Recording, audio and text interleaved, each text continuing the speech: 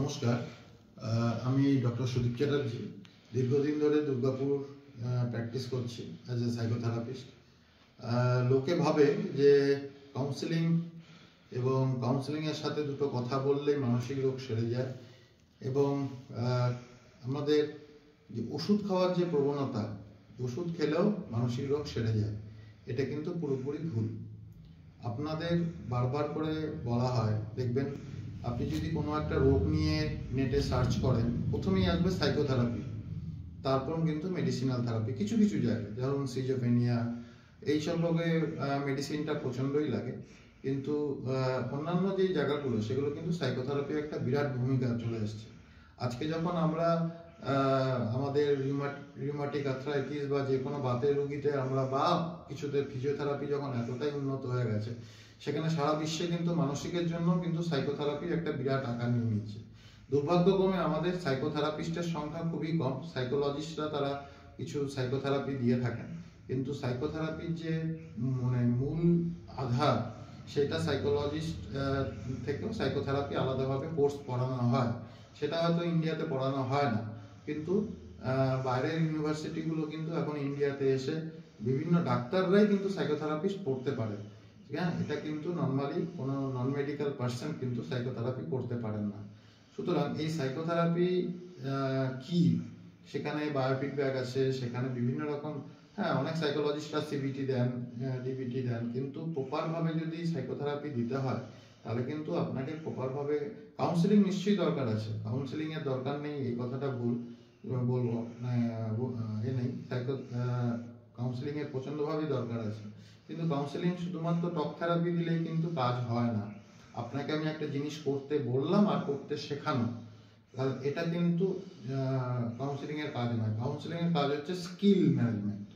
আপনার প্রত্যেকটা, যেমন ধরুন ওসিডিতে আপনাকে ইআরপি শেখাতে হবে, এবং ইআরপিটা বারে বারে বারে বারে বারে বারে আপনাকে শেখাতে হবে। আপনি যদি বর্ডারলাইন পার্সোনালিটি ডিসঅর্ডার হন, সেখানে ডিবিটি শেখাতে হবে, হ্যাঁ ডিবিটি শেখাতে হবে, এবং এই ডিবিটি শেখানোটা কিন্তু খুব সহজ ব্যাপার নয়। এটার জন্য কিন্তু বারে বারে কাউন্সিলরের কাছে আসা এবং সেই জায়গাগুলোকে শেখানো, এবং আস্তে আস্তে বিভিন্ন রকম থেরাপি এবং পার্সোনালিটি, যে এখন ডিজিটাল ওয়াইজ যেসব টেস্টগুলো বেরিয়েছে, এগুলোর কিন্তু আমাদের বিশেষ করে পশ্চিমবঙ্গে কিন্তু খুবই কম। আমাদের সেন্টারে আমরা ডিজিটালাইজেশন করতে চলেছি, আরও কিছু আমাদের ইকুইপমেন্টস আসছে, যে ইকুইপমেন্টসের সাহায্যে আমরা এরপরে ডিসেবিলিটি টেস্টগুলো, ডিসেবিলিটি যে পেশেন্টগুলো আছে সেগুলো টেস্ট আমরা করার চেষ্টা করব, এবং সেই জায়গাগুলোকে আমরা চেষ্টা করব যে কি করে আরও ডেভেলপমেন্ট করা যায়। হ্যাঁ, সেই জায়গাটাতে দাঁড়িয়ে সাইকোথেরাপির সাহায্যে থাকুন, তাহলে ওষুধের মাত্রা অনেক কমে যাবে। এবং ওষুধের ক্ষেত্রেও কিন্তু আমাদের হলিস্টিক সায়েন্স যেইভাবে এগিয়ে এসছে, হ্যাঁ আজকে সাউথ ইন্ডিয়াতে হলিস্টিক সায়েন্সের একটা আলাদা মাত্রা নিয়ে নিয়েছে।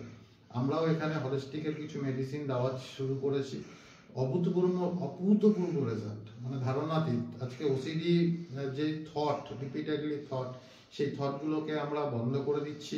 হ্যাঁ, সামান্য কিছু মেডিসিন, সারাদিনে আপনি 8 কোটা মেডিসিন খাচ্ছেন, এবং এই 8 কোটা মেডিসিনে আপনার থট বন্ধ হয়ে যাচ্ছে। আপনার রিপিটেড থট যদি বন্ধ হয়ে যায়, আপনার কিন্তু অন্যান্য দিকে যে সূচিবাহী বা আদার্স যেগুলো, সেগুলো কমে যাচ্ছে। আজকে নেশা মুক্তি কেন্দ্র থেকেও কিন্তু, আজকে বাড়িতে থেকেও কিন্তু অনেক নেশা ছাড়ানোর অনেক উপায় আমরা হলিস্টিক সায়েন্সের মাধ্যমে করতে পারছি। এটা অনেক কম পয়সায় অনেক ভালো ট্রিটমেন্ট আমরা দিতে পারছি দুর্গাপুরকে। সবাইকে আহ্বান জানাবো যে আপনারা সাইকোথেরাপির সঙ্গে থাকুন, এবং সাইকোথেরাপি যেমন ফিজিওথেরাপি বাতের রোগীদের জন্য দরকার, অস্টিওআর্থ্রাইটিস বা আদার্স কিছু সেরকম মানসিকের জন্য কিন্তু সাইকোথেরাপিস্টটা খুব দরকার। নমস্কার।